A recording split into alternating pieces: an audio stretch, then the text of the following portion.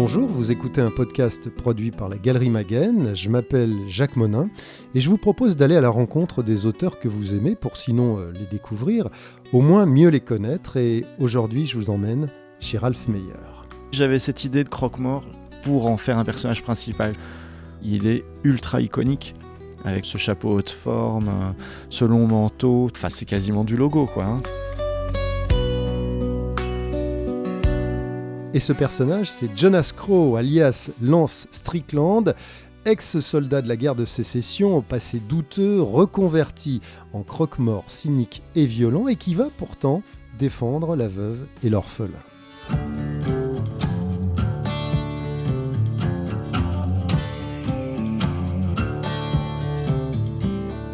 Undertaker, c'est le nom de cette série qui est un succès phénoménal. Les ventes cumulées avoisinent les 1 million d'exemplaires.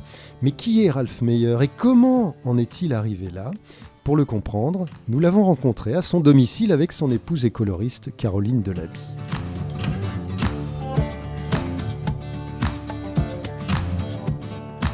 Alors là, sur la droite, on a une toute petite pièce. Franchement, c'est vrai qu'on ne s'attend pas à trouver ton atelier là. Hein. Oui, en effet, c'est très petit, mais même sur la table qui est quand même relativement grande, mon espace de travail est finalement très réduit parce que j'entasse beaucoup de documentation, de matériel autour.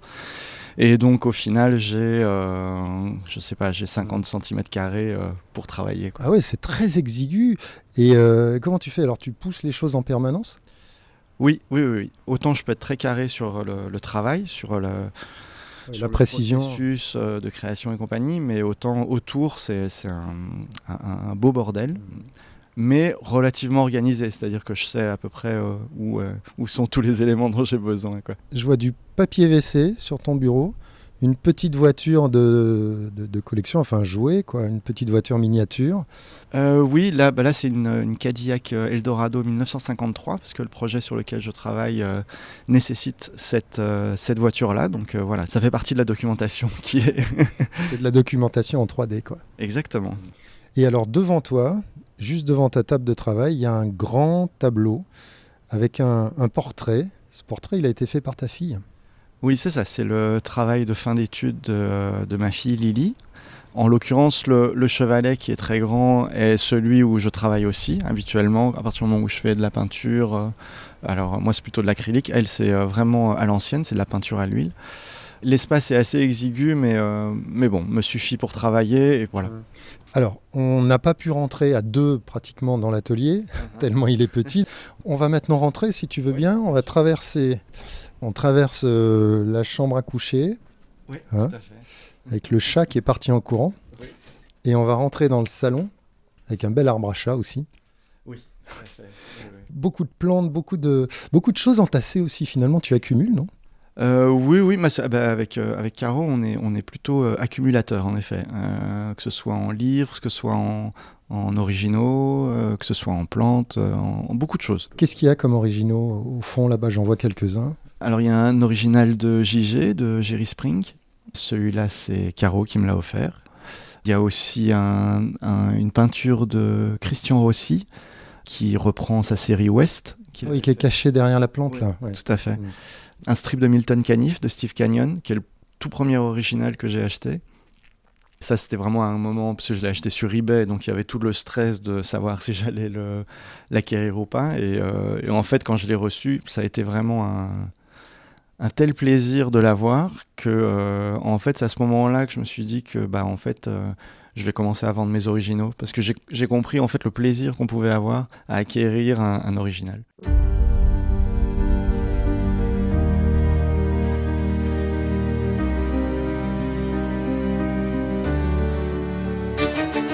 Mais avant de pouvoir vendre ses originaux, il lui a fallu beaucoup de temps et de travail. Ralph Meyer est né en 1971 à Paris. Il se découvre très vite un talent pour le dessin et chance pour lui, il est encouragé par sa mère qui voit à travers lui quelque part celui qui va peut-être vivre le rêve qu'elle-même n'a pas pu réaliser.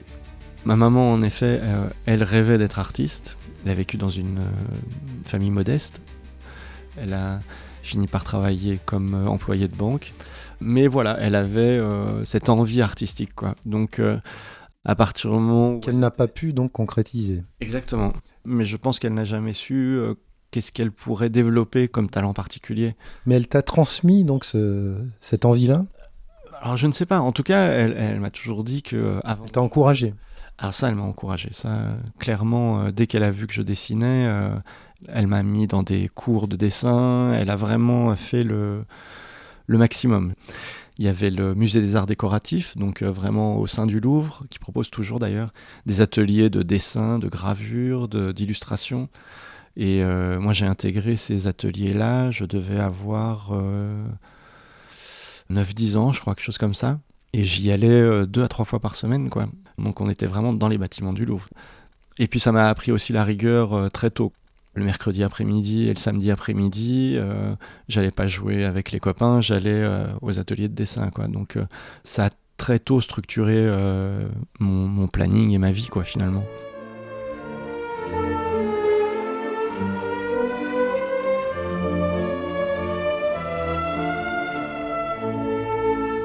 Et c'est ainsi qu'une vocation va naître, vocation nourrie par les lectures que le jeune Ralph va trouver chez lui ou ailleurs. D'ailleurs, il lit notamment Pif, Picsou Magazine, Gaston, Tintin, Strange et un certain Jean Giraud, dont l'influence sera déterminante pour lui. Évidemment, c'est une sacrée claque, Blueberry. Mais il y en a eu d'autres, hein. Je pense que à cette époque-là, j'étais aussi impressionné par des gens comme Herman, évidemment, sur la série Comanche, pour rester dans le cadre du western. Mais d'autres auteurs aussi, comme Causet, pour la série Jonathan, que je trouvais incroyable.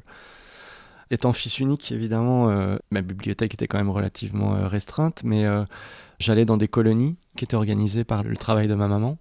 Et là-bas, ils avaient une bibliothèque incroyable, où il y avait vraiment tous les classiques de bande dessinée. Et là, j'ai découvert énormément de choses, quoi. Des Gaston et les idées noires que j'ai vraiment adoré. Hergé, Jacobs aussi, une fascination pour ces bouquins-là, quoi, pour la rigueur sans doute, mais aussi l'élégance de la ligne claire, quoi.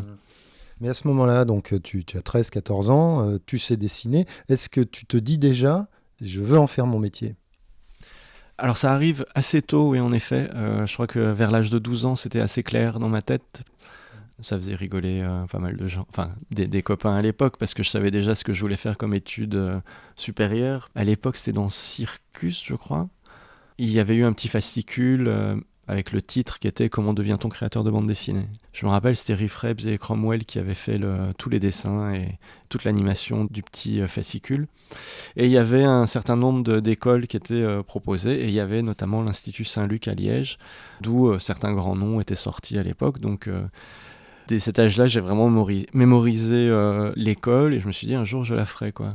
Sauf qu'avant d'aller à Saint-Luc, eh bien, il va se passer plusieurs années durant lesquelles Ralph continue de dessiner, et notamment au lycée où, avec des copains, il va publier ses premières BD périodiques. En fait, il y a un atelier bande dessinée qui est mis en place dans le cadre de l'école, après les cours. Donc j'y vais et je rencontre un jeune gars qui s'appelle Raimé, qui lui est un super fan de Möbius, justement, et qui a déjà un sacré niveau. Et donc on commence à discuter, et puis on s'entend bien. Et il a un autre ami qui s'appelle Moana, qui lui est aussi fan de Möbius, mais aussi de tout le magazine Mad, et Fluide Glacial, évidemment. Et donc voilà, on se retrouve à 3. Dans leur classe, il y a aussi un des fils de Jean Solé, Vincent, qui n'est pas celui qui dessine, mais ce qui fait que ça nous met aussi en contact avec Julien, le frère, donc, qui lui dessine et qui est dans une autre école. Et c'est comme ça que l'idée nous vient de faire un fanzine au lycée, quoi. Ce sera Chieur de Monde, il y aura quelques numéros. Chieur de Monde en référence à Tueur de Monde de Mobius? Tout à fait, à Tueur de Monde de Möbius et à Chieur de Gomme de Tardy. Ouais, déjà l'esprit un peu subversif, un peu ironique. Oui, tout à fait. C'était vraiment axé sur l'humour. Ça pouvait être très potache, mais on s'amusait énormément. Et C'était bien vu par les profs? dans l'ensemble, c'était assez bien vu, oui. Oui. On avait eu un rendez-vous avec le directeur qui, avant qu'on lance le premier, on avait demandé l'autorisation quand même. Et lui était un grand fan justement de Céline et de l'adaptation de Tardy, qui était sortie peu de temps auparavant. Et donc il nous a donné son feu vert sans problème, quoi.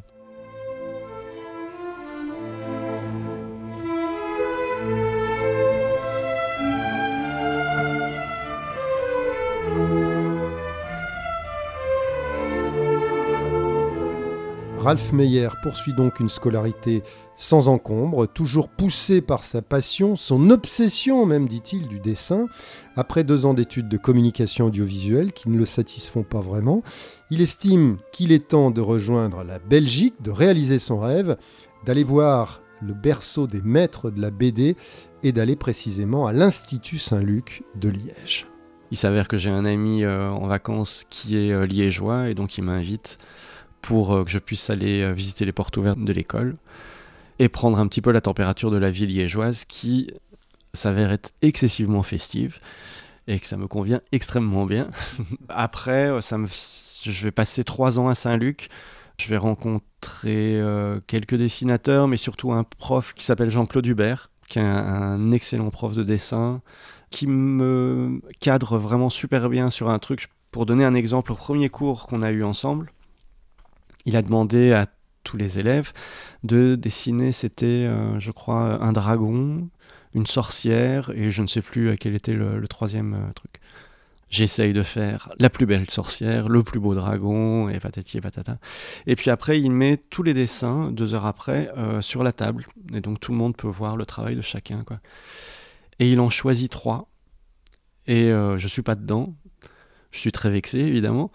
Parce que les dessins qu'il prend ne sont pas nécessairement, d'un point de vue technique, du même niveau que ceux que j'avais faits. Donc je suis un peu vexé. Mais en même temps, il a un argumentaire derrière de dire ben voilà, je choisis ces 3-là parce que c'est les 3 qui me paraissent les plus originaux. C'est-à-dire que sur une idée, sur un cliché, ces dessins-là proposent une version qui est personnelle, qui est différente. Ça a été une très très belle leçon d'humilité, qui a été douloureuse sur le moment, mais qui me sert encore aujourd'hui. C'est essayer d'éviter le plus possible les clichés et les solutions faciles, quoi. Et une fois sorti de Saint-Luc, après 3 ans d'études, Ralph Meyer ne coupe pas les ponts avec son ex-professeur. C'est devenu très très vite un ami, ce qui était un peu problématique d'ailleurs parce que on se voyait en dehors des cours. Et puis quelques années après, quand j'ai terminé Saint-Luc, j'étais déjà en train de travailler sur Berceuse assassine. Un jour, il m'a appelé en me disant voilà, il faut que je te fasse rencontrer quelqu'un. Je pense que ça pourrait fonctionner, quoi. Il s'avère qu'à ce moment-là, j'étais célibataire et qu'on s'est retrouvés devant la maison où habitait Caroline, avec ses parents à l'époque. Et donc, il a fait l'agence matrimoniale. Il l'a fait une seule fois dans sa vie. Et il a attendu vraiment le moment que nous soyons tous les deux célibataires au même moment pour organiser la rencontre, quoi. Donc voilà, c'est quelqu'un qui a été vraiment très très important. Ouais, je comprends. Alors c'est marrant que tu dis ça parce que Caroline, elle est à quoi ? À 3-4 mètres de nous, là, dans son atelier, en train de travailler. Caroline, peut-être tu peux nous rejoindre, c'est peut-être le moment de participer à la discussion, qu'on t'entende. Quel souvenir tu gardes, toi, de ta rencontre avec Ralph ? Le souvenir que j'en garde, c'est que la première chose que j'ai faite, c'est lui fermer la porte au nez, parce que je ne l'ai pas vu, en fait. Donc Jean-Claude a sonné, j'ai ouvert la porte, et Jean-Claude était très grand, c'était vraiment une pièce d'homme, et donc je l'ai fait entrer, et puis j'ai fermé la porte directement derrière lui. Et puis il m'a dit « Caro, excuse-moi, mais en fait, je suis venue avec un copain. » Et donc là, j'ouvre la porte, et puis je vois Ralph derrière, qui était... à l'inverse de Jean-Claude, qui était à la fois très discret, mais qui prenait de la place aussi, physiquement. Ralph était là, les mains dans les poches, les épaules relevées, et visiblement pas super à l'aise, mais avec un côté directement... Ça t'a touché ? Oui, qui m'a touchée d'emblée, oui. Est-ce que, alors on va pas rentrer dans votre vie intime, ça ne nous regarde pas, mais est-ce que assez rapidement tu t'es dit on va travailler ensemble, on pourrait travailler ensemble ? Est-ce que tu imaginais ou est-ce que tu t'es projeté rapidement dans ce qui allait devenir en fait votre vie personnelle mais aussi professionnelle ? Non, pas du tout. Pas du tout. En fait, quand nous nous sommes rencontrés, je terminais mes études d'architecture d'intérieur et j'avais très envie de travailler dans ce milieu-là. Donc non, je ne me suis pas du tout projetée rapidement. Ça s'est fait finalement un peu par hasard parce que j'ai toujours été attirée et sensible en fait par la couleur. Et environ 2 ans et demi, 3 ans après notre rencontre, Ralph cherchait quelqu'un pour faire ses couleurs, mais ne trouvait pas, et je lui ai proposé en fait d'essayer. C'était par jeu finalement. C'était pas prémédité ? Non, pas du tout, mais le résultat lui a plu, et puis à partir de là, ça a continué en fait. Caroline deviendra la coloriste exclusive de Ralph Meyer. Elle a refusé en fait jusqu'ici tout autre projet que les siens. Mais avant que le couple à la ville ne devienne un couple dans le travail, eh bien Ralph va connaître une période de galère. Plusieurs des projets sur lesquels il compte vont tomber à l'eau. Je suis encore à Saint-Luc. Un des professeurs me dit qu'il a un contact avec un scénariste, en l'occurrence c'était Jacques Duval, qui me propose de faire une adaptation des Fourberies de Scapin de Molière pour un éditeur néerlandais qui était spécialisé dans les mots croisés mais qui voulait se lancer dans la bande dessinée. Moi j'avais 21, 22 ans à ce moment-là, je me dis oui, pourquoi pas, hein. Prêt à tout. J'étais prêt à tout. Le rêve c'est de pouvoir en vivre, donc évidemment je saute sur l'occasion, je fais une 20aine de pages. Et finalement, l'éditeur laisse tomber le projet, et voilà.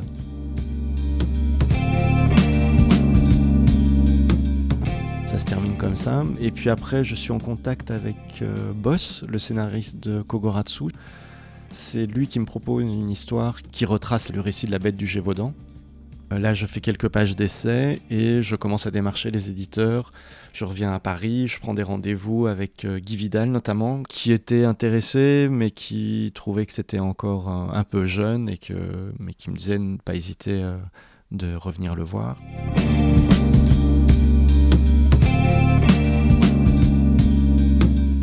J'ai été chez Delcourt aussi, où là ça a été en 2 temps. J'ai eu un premier rendez-vous avec une personne chez Delcourt qui a un peu démonté mon travail pendant 2 heures. Et puis après j'ai reçu un appel de Guy Delcourt lui-même quelques heures après me disant qu'il fallait absolument que je repasse. Et là, lui me disait il était prêt à me signer un contrat directement, mais pas sur ce projet-là, quoi.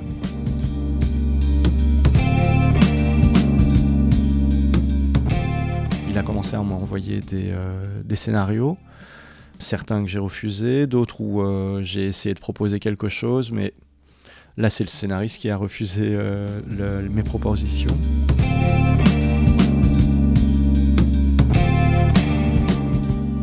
Ouais, donc c'est une période où on se dit quoi alors on doute de soi-même ou...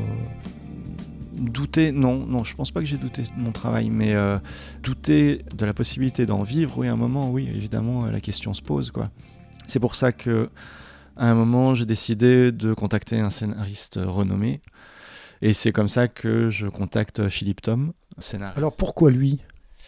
Alors parce qu'il a sorti Sur la route de Selma avec Philippe Berthet. Il est le scénariste de Soda, série que j'aime beaucoup. Oui, c'est-à-dire il se balade en plus entre 2 univers complètement paradoxaux.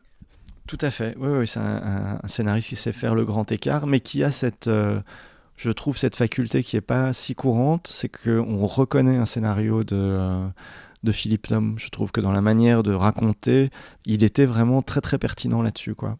Donc un jour, je l'appelle et il me propose de passer chez lui. Et là, je lui montre tout ce que j'ai en magasin.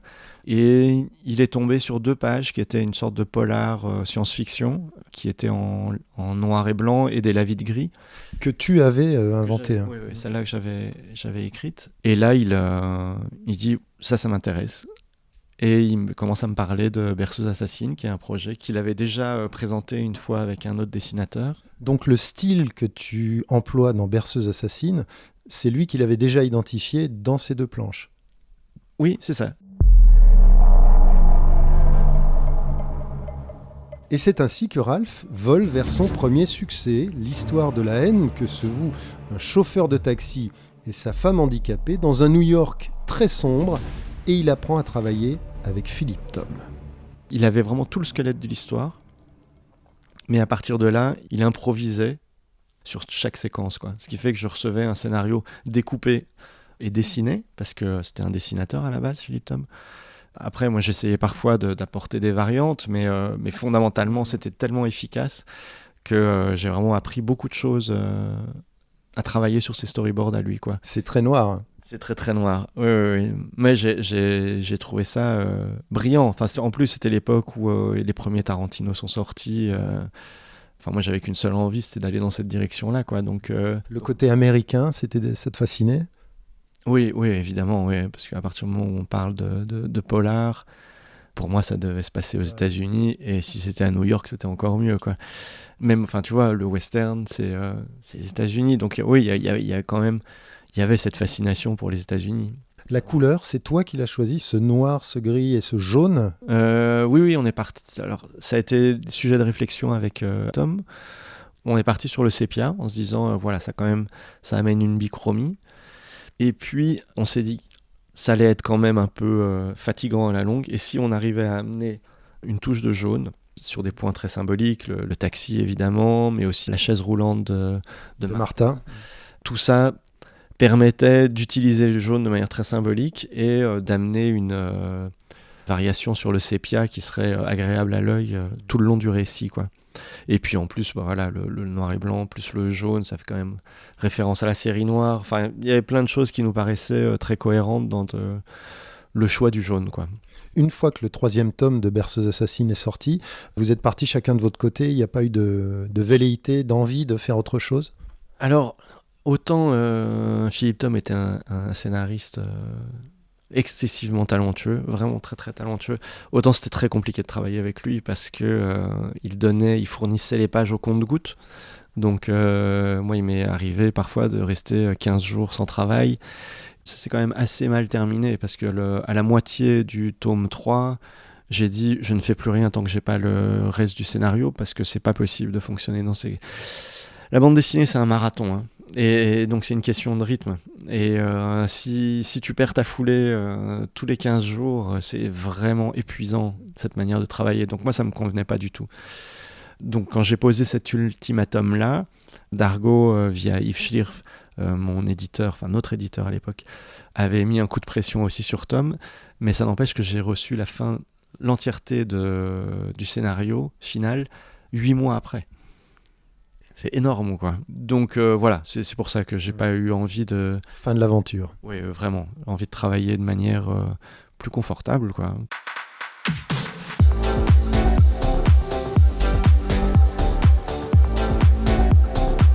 Ralph est donc en train d'apprendre, mais il veut partager aussi. Parce que si le garçon est très discret, il aime, on l'a compris, la fête, le contact, les rencontres. Et c'est pourquoi il va créer à Liège un atelier collectif d'auteurs de bandes dessinées qu'il va appeler parfois J'ai dur, en référence à cette expression belge qui exprime en fait la difficulté qu'on peut avoir à faire certaines choses. Le métier d'auteur de bande dessinée, c'est un métier très solitaire et on sort tous plus ou moins des études à ce moment-là. Et en fait, on a envie d'une phase un peu, inconsciemment en tout cas, d'une phase un peu transitoire entre le moment où tu es à l'école, toujours avec plein d'autres collègues, et le démarrage de la vie professionnelle, quoi. Le but, c'était de réunir des confrères, des collègues, oui. De travailler ensemble, de se soutenir aussi. Bah oui, découvrir un peu le métier tous ensemble. On a un peu débuté tous en même temps. Pierre Bailly avait un album derrière lui, La Saison des Anguilles, avec Denis Lapierre juste avant. Bon, il y avait Bruno Gazzotti qui était un cas à part parce qu'il avait commencé très très tôt, il avait déjà plusieurs albums derrière lui. Mais il y avait Vincent Maty qui lui aussi débutait, et d'autres qui n'ont pas nécessairement fait de la bande dessinée. Mais ça marche comment ? C'est un local commun où chacun vient travailler à côté des autres ? Ouais. Oui, c'est ça. Chacun avait son petit espace dans une très grande pièce. C'était parfait. On était juste au-dessus d'un magasin de CD, de musique. On est encore tous très fêtards, donc on a terminé la journée, on va passer la soirée dans un bar. C'est vraiment une chouette période. Et puis en plus, tout le monde venant avec des références très différentes. Ce qui a été aussi très enrichissant parce que moi j'ai découvert plein de choses que je ne connaissais pas grâce aux autres, quoi. Et de même, je pense qu'ils ont découvert des trucs avec du matériel que moi j'ai amené. Parfois on se trouve, par rapport à un problème, on ne trouve pas de solution et on a un collègue qui a un œil neuf sur le problème et nous trouve une solution assez facilement. Moi j'y suis resté 4 ans, mais l'atelier a perduré par la suite. Pierre Bailly est parti relativement vite et d'autres se sont installés et ça bougeait pas mal, quoi.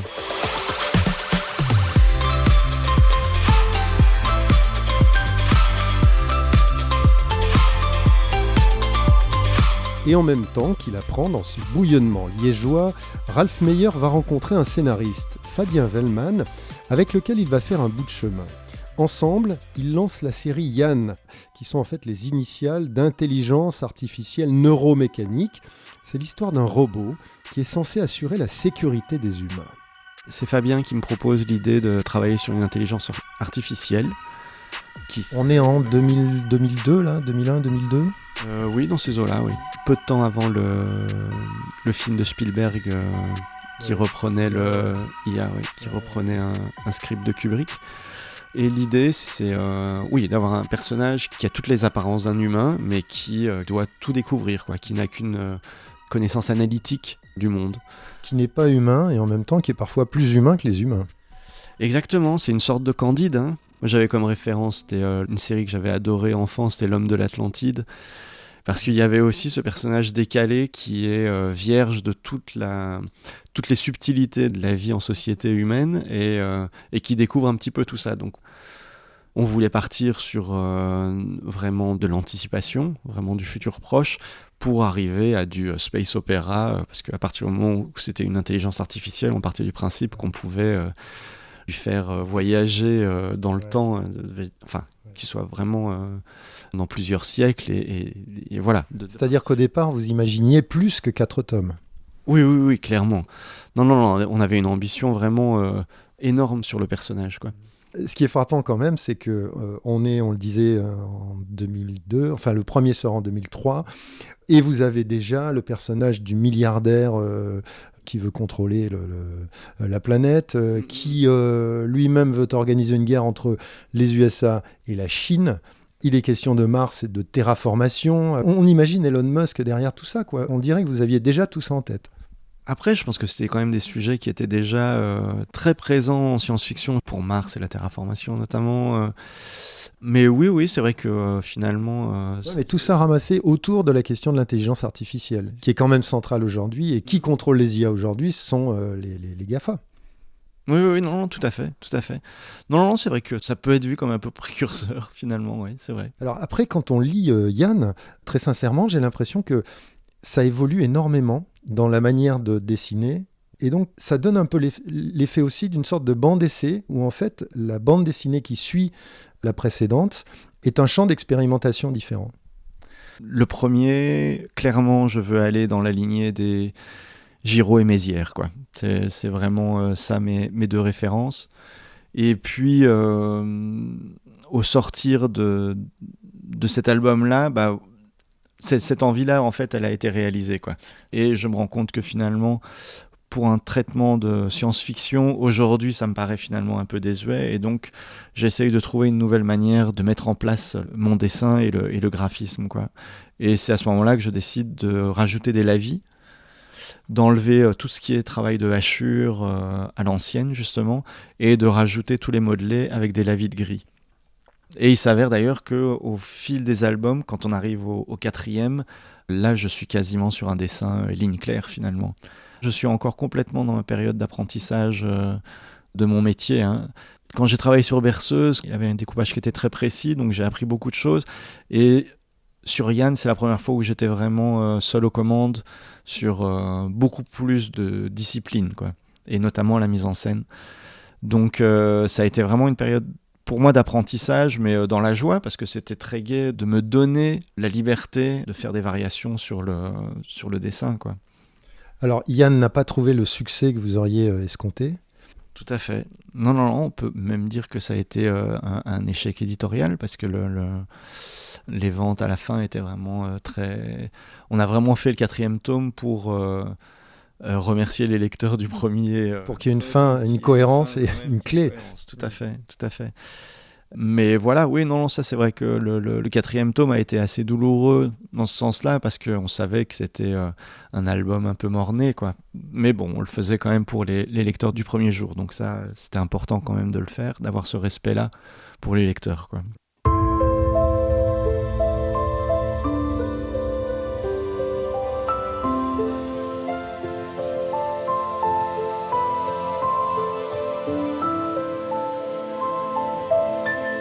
Yann est donc un échec commercial, mais cette période marque le début de la collaboration entre Ralph et son épouse Caroline. En fait, Ralph cherchait quelqu'un pour faire ses couleurs. Il avait fait faire des tests à 2 personnes différentes, mais il n'était pas du tout convaincu par les résultats. Et vu que moi, la couleur... j'étais curieuse, c'est c'est une chose à laquelle j'ai toujours été sensible. J'ai voulu essayer et j'ai fait à peu près tout à l'envers. Parce que voilà. C'est-à-dire je n'avais aucune idée de comment ça fonctionnait en fait. Donc Ralph m'a donné une page, m'a dit vas-y lance-toi, mais bon sur une page il y a plusieurs cases. Donc j'ai choisi une case de paysage qui me plaisait et en fait j'ai fait tout à l'envers dans le sens où j'ai commencé par mettre en couleur les détails à la place de mettre en place une ambiance générale et puis de me poser surtout les questions de la narration. Parce que la couleur sert à ça dans la BD, c'est à soutenir la narration du dessin et de l'histoire. Mais assez curieusement, c'était bien. Donc on a continué et puis du coup moi j'ai appris à mettre en couleur avec Ralph. C'est devenu ton métier. Oui, c'est devenu mon métier, oui. Un de mes métiers parce que je suis aussi nutritionniste. Et Caroline interviendra ensuite sur tous les albums sur lesquels Ralph Meyer travaillera. Elle va donc être partie prenante du succès qui se profile, 13 Mystery d'abord, Asgard, mais surtout Undertaker, les coulisses d'une immense réussite. C'est donc ce qu'on va vous raconter dans le prochain épisode.